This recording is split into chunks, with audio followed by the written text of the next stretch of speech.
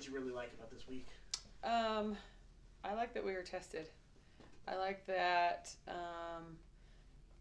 Sounds stupid. I like that Idaho had to come back and we had to stick it out. I like that we had to grind ourselves out of a hole. And you like it when you get the win, obviously, right? But I like that it showed them that they can do it, so that you're not coasting through games in non-conference, and then you get to the conference schedule and it's like, oh crap, you know what I mean? So showed a lot of grit, a lot of toughness, a lot of character, and that they stayed together within the time that they were tested. And I really really enjoyed coaching that group during this time. I'm glad that you jumped back to that Idaho game because Delaney Gibb came out and did not. I said this a couple times during the game. We talked about it a little bit right after, but she did not play like a freshman in any ways. Just how I gotta imagine a freshman coming into her first official college game, her first college start, all of that stuff. It's got to be a little bit nervous. Did she look nervous at all, or what was kind of what was she sort of like before that game, I guess, coming into it? I feel like nerves for her maybe came out in the exhibition. Not Westminster, the scrimmage against San Francisco. Nobody was there. I feel like nerves came out during that time because there was some stuff that happened, like just mistake-wise or turnover-wise or shooting. And not just her within the group. And then you get an exhibition, and she played great in that one. So it kind of like starts to stack on top of each other. But I knew what type of player she was coming in. Like, I knew she was just going to come in and make an immediate impact. That wasn't ever a doubt for me. And so I'm glad to see that she can show the rest of the world that too. Because I give her the green light. It's go time. So. What was it about her game that you said this is a player that can play right away? Back in when I was coaching on the Dita circuit, she was playing on Natalie Williams' 16s team, and I was helping with the 17s. And then just watching her play then. And then we actually had a couple players go down for injury, and I pulled her up. And she actually played with Amari in that tournament.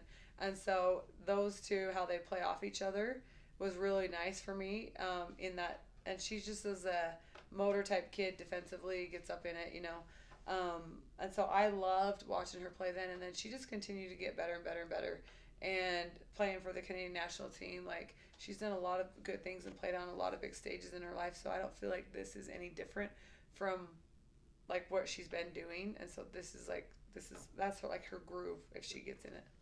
With her, the way that she plays off of Amari running the point, but Delaney also being capable of being that facilitator, that ball handler, does that help you to play that 5-out style that you're still kind of adapting to and regrouping, the shoot a lot of threes, play fast? Yeah, so if you look at my squad last year, Kaylee Wilson had to step into that role as another playmaker, right? And so she grew in that nature. But for this year, like, if you have Delaney and Amari and then add Kemery into that mix, like, they all can come off the pick on ball. They all can play make for other people. And so that helps that you don't have to do everything yourself. And so any one of those three get a rebound, I want them pushing the break. And so that's where it's kind of interchangeable that way. For sure. Is that a system that also fits Emma Calvert pretty well? The three-taking center that you got? Yes. No, I love her out there popping because it makes it so you can't sit in the paint on us. Yeah. And her coming out, hitting those two shots, that was huge. For sure. Moving on to this next week, I guess, let's just sort of walk through week number 2. What do you still want to see out of this team as they're obviously still a work in progress. I would assume, I would imagine it's week 2 of the season and whatnot. So what's kind of the next step of their growth? Defensively, we got to come out and our game plan has to switch almost every game, right?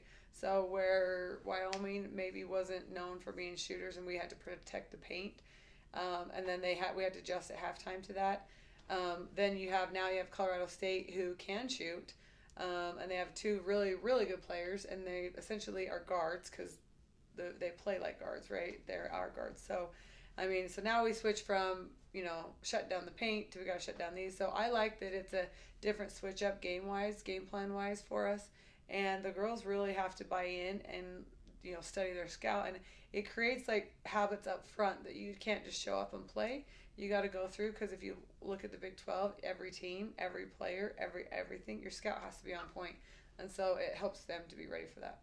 sounds like the kind of change that could maybe test some of your defensive stars. I'm gonna say that the main defensive players like Dav and players like that who maybe don't get all the credit they should deserve because they don't have the offensive numbers, but defensively they're as good as anybody else on the team. Do you kind of like sort of that mentality with this group? Yeah, and I mean, as coaches, we have to find what's going to work best for us and put us in a situation to be successful. So, I mean, if we want to keep 2 girls on those 2 girls total, then we're going to do that, and then we can practice it and go from there. But if we decide, we're going to switch everything, then across the board, all guards have to be able to guard. So, it'll be a good test for us. Yeah, for sure. Cool. Everybody join? Yes. Do you want any questions, Mitch? Yeah, you mentioned that you had some previous knowledge of Delaney from her circuit. I think with Natalie Williams' team. So when you got the BYU job, was she a top priority recruit for you immediately when you took this job? 100% she was. She just walked in the room, so that's why I'm laughing. Yeah, she was, and so we actually had to battle a couple schools and down the stretch, and she made it hard for us, which she should. So definitely happy. I mean, the day she called me, I still remember when she called me and what she said, and that was one of the best days. I was out in the parking lot at the SAB. I know exactly where I was, and ran in to tell my staff, and we were super excited. How much, to follow up on the recruiting side, how much are you still enjoying that aspect and being in these competitive battles for nationally prominent recruits like Delaney and Amari, your daughter? Just how much do you enjoy that at being the face of BYU women's basketball? As far as recruiting goes, I feel like we all, I mean, the whole staff, we all have to have relationships with these kids. And it does get harder since we became in the Big 12 because you got to go after bigger fish. But I feel like with the NIL game, it's all going to kind of even itself out because it can't sustain itself going like it's going.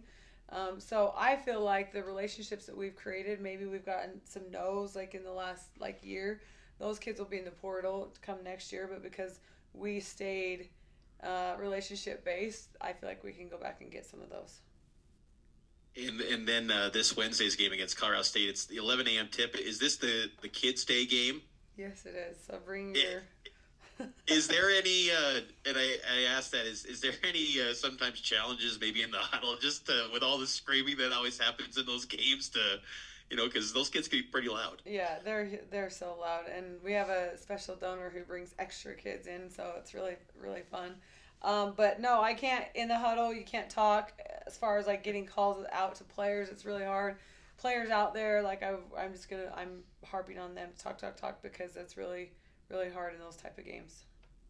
How much fun though is it to have young kids getting a glimpse of this program and maybe down the road they become fans and it's become really regular fun. attendees. I just want somebody to teach them when to scream and when to cheer and when to not.